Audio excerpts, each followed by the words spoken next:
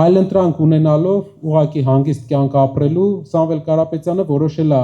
չանի հանգիստ կյանք չապրի, մտնի սրա տակ ու փորձի փոխելու է, որովհետև այլ ուրիշ ուժ, եթե դուք տեսնում եք Ժորժ ջան, ասեք, ով կարար Հայաստան աներ աղքատությունից,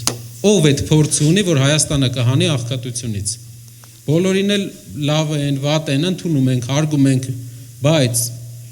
որևէ մեկը չկա, որ տնտեսական անցյալ ունենա, այնպես, որ տասնյակ հազարավոր մարդկանց հետ աշխատած լինի, իմանա ոնց է այդ աղքատությունը վերջը հաղթարվում։ Կարապետյանը աշխարհի տարբեր երկրներում նույն ճամփեն անցել է։ Նենց չի մի երկրում հաջողության հասել։ 3-4 երկրում ինքը ունի իր տնտեսական միավորները։ Հայազգը ընդհանրապես աշխարհի յուրաքանչյուր երկրում ամենալավ ուղղությունները, բոլոր ուղղությունները մի հատ հայ ազգանուն կա։ Ու մեր խոսքում մի անգամ մենք նշել ենք, վատ ապրում են հայերը մենակ Հայաստանում։ Դա նրանից է, որ համակարգը չենք կարողացել սարքենք։ Կարապետյանը իր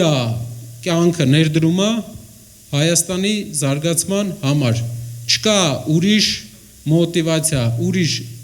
օգուտ, քան Հայաստանի զարգացումը ինքը չի կարող ունենա։ Քանի որ ֆինանսապես էլ ապահովված է, միակ մարդն է, որ